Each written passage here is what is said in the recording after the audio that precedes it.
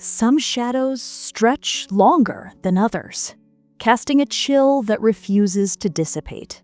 Tonight, we delve into a case that haunted a community for decades, a predator who walked among us, unseen, unheard, and utterly terrifying. This is the story of the Phantom of Freetown, a cold case that finally cracked, revealing a truth more disturbing than anyone could have imagined.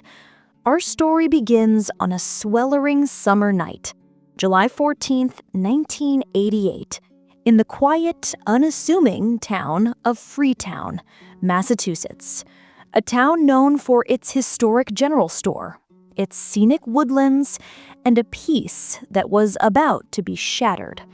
That night, 23-year-old college student Sarah Jenkins was working her usual late shift at the Freetown Public Library. Sarah was known for her bright smile, her love of classic literature, and her dreams of becoming a teacher. She was just 2 weeks away from starting her senior year at UMass Dartmouth. Around 11:30 p.m., as she was locking up, a feeling of unease washed over her. A fleeting shadow, a rustle in the nearby bushes. She dismissed it as her imagination, the late hour playing tricks. She couldn't have known that this would be her last night. The next morning, Sarah's car was found abandoned in the library parking lot, her purse still inside. Her family, immediately alarmed, contacted the Freetown Police Department. What followed was a massive search effort. Local volunteers, state troopers, K-9 units, they scoured the dense woods surrounding the library, the banks of the Assinet River, every inch of Freetown. But Sarah Jenkins had vanished without a trace. It was as if the earth had swallowed her whole. For weeks, months, and then a year, the case remained a baffling mystery.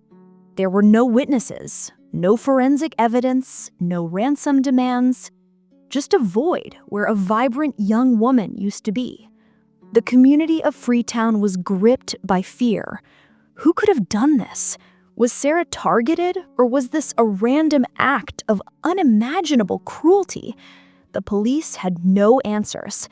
Detective Mark Harrison, a seasoned but weary investigator, spearheaded the case.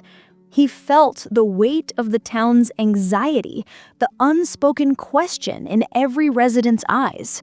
Who among us is capable of this? Then on October 27th, 1990, just over 2 years after Sarah's disappearance, tragedy struck again. This time, 35-year-old avid hiker Michael, or Mike Peterson, failed to return from his usual Sunday trek in the Freetown Fall River State Forest. Mike, a beloved high school history teacher, was known for his meticulous planning and his intimate knowledge of the trails. His car was found at the trailhead, locked, but Mike was gone. The similarities to Sarah Jenkins' disappearance were chilling. No body, no evidence, just a sudden, inexplicable vanishing act from a seemingly safe environment. Detective Harrison immediately saw the connection. This wasn't a coincidence. Freetown had a serial predator, a ghost, a phantom who struck without warning and left no trace. The press dubbed him the Phantom of Freetown.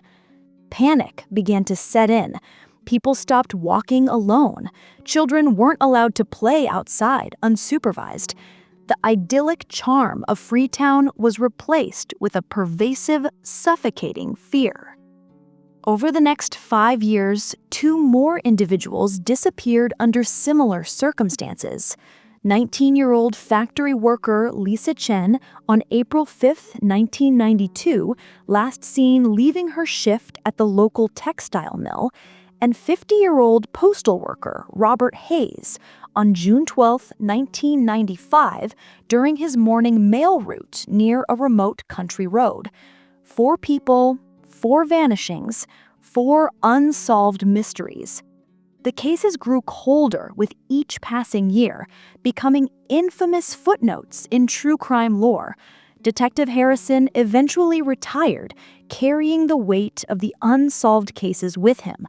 The phantom had seemingly vanished too, leaving behind a trail of grief and unanswered questions. Decades passed. Freetown slowly began to heal, though the scars remained. The cases were relegated to the cold case file, gathering dust. That is, until 2017.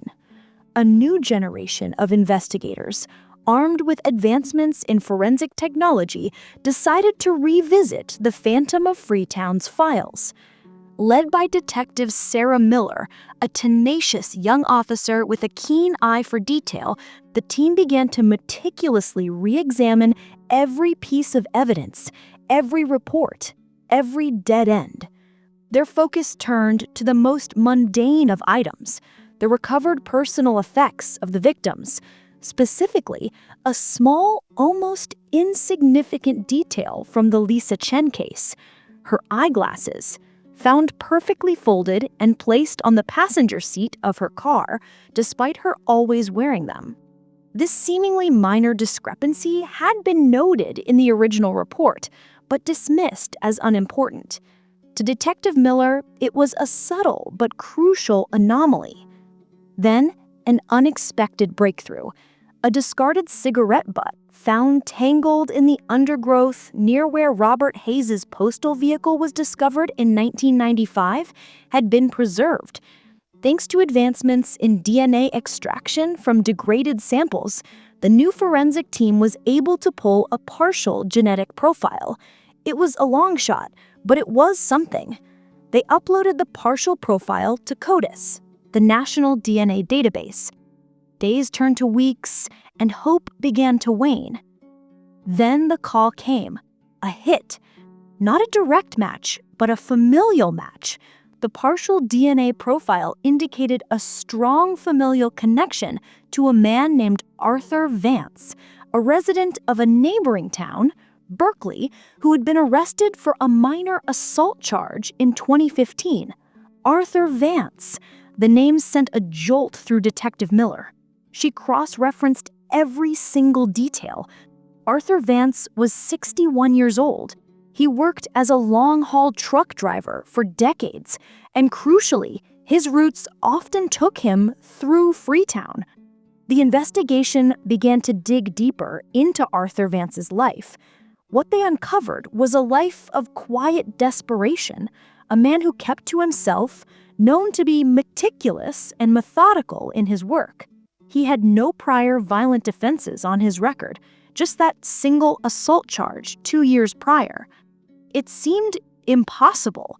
How could this seemingly ordinary man be the elusive Phantom of Freetown? The investigation shifted into high gear. They needed more direct evidence. They obtained a warrant for Arthur Vance's DNA, discreetly collecting a discarded coffee cup from his trash. The results were undeniable. The DNA from the coffee cup was a direct match to the cigarette butt found near Robert Hayes's vehicle. The match was definitive. It was Arthur Vance. But how did he manage to leave no other trace for so long? With the DNA evidence in hand, detectives moved to arrest Arthur Vance. He was found at his home, calm, almost serene. When confronted, he initially denied everything, but as the detectives laid out the evidence, the carefully constructed facade began to crack. He eventually confessed, not just to the 4 Freetown disappearances, but to 2 others in different states, cases that had never been linked. The chilling truth began to emerge. Arthur Vance was a meticulous planner. He would stalk his victims for weeks, learning their routines. He never used weapons that left forensic traces. He always chose isolated locations or times. And the most shocking twist of all, he didn't kill his victims immediately. He would abduct them, holding them captive for a period of days or even weeks in a hidden, soundproofed bunker he had constructed under an abandoned shack on his sprawling, isolated property in Berkeley. he confessed to burying Sarah Jenkins, Michael Peterson, Lisa Chen, and Robert Hayes, along with his other victims, in the dense woodlands around his property, carefully camouflaging the sites. He revealed he had taken Sarah Jenkins' eyeglasses as a trophy, later abandoning them when he realized they might be a clue. The glasses found in Lisa Chen's car, he had meticulously cleaned and placed them, a deliberate act designed to mislead. The discovery of the bunker and the subsequent recovery of the victims' remains brought a heartbreaking sense of closure to the families who had waited for decades. Arthur Vance, the Phantom of Freetown, was just an ordinary man on the surface, a truck driver, a quiet neighbor. But beneath that unassuming exterior lay a darkness that had consumed 6 lives and terrorized a town for over 30 years. He was eventually convicted on multiple counts of murder and kidnapping, receiving life sentences without the possibility of parole. The case of the Phantom of Freetown stands as a chilling reminder that evil doesn't always wear a monstrous face. Sometimes it walks among us, unseen, until the relentless pursuit of justice finally pulls it from the shadows. Thank you for joining us on this journey into the darkness. If you found this story compelling, please like this video, subscribe to our channel for more true crime content, and hit the notification bell so you don't miss our next investigation.